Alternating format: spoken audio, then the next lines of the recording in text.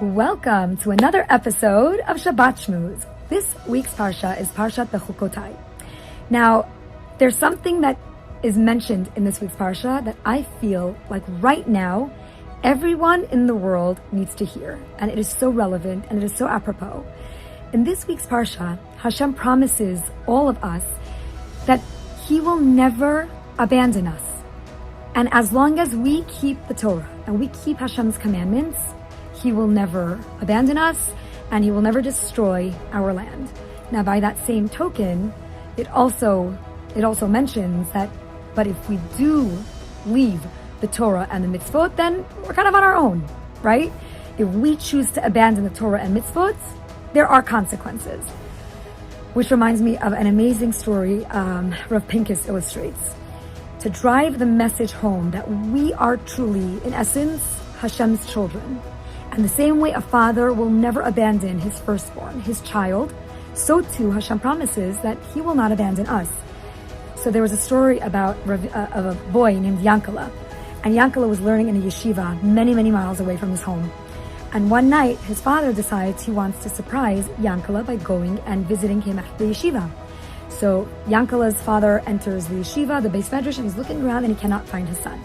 So he's going from table to table to table and he's looking for his son and he's not there. So one boy walks over to him and says, "Can I help you?"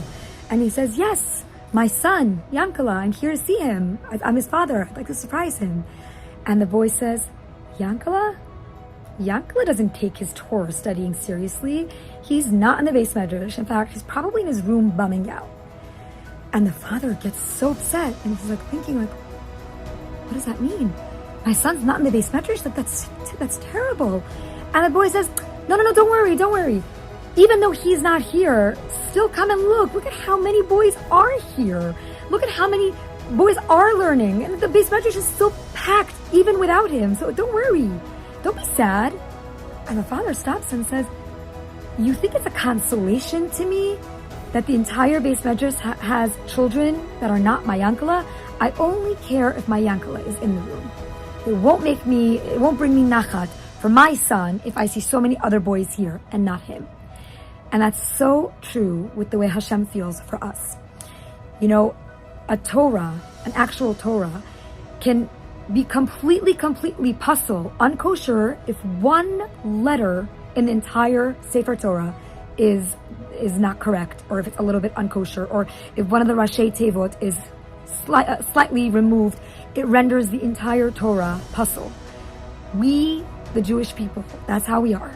We're all the letters together of a Sefer Torah. And when one of us isn't keeping the Torah and mitzvot the right way, if one of us isn't serving Hashem the right way, it really brings Hashem so much pain. And it really brings Hashem that same sense of, but why is my child not in this room? And we really want to tap into that promise that Hashem gives us in this week's Parsha, that if you keep my commandments, I promise you, you will be spoiled with material prosperity, you will dwell in your land, and you will never be abandoned by me. So, this week, spiritual homework. Let's sharpen the way we serve Hashem. Let's sharpen the mitzvot in which we serve Hashem with. Let's do them a little bit stronger, a little bit better.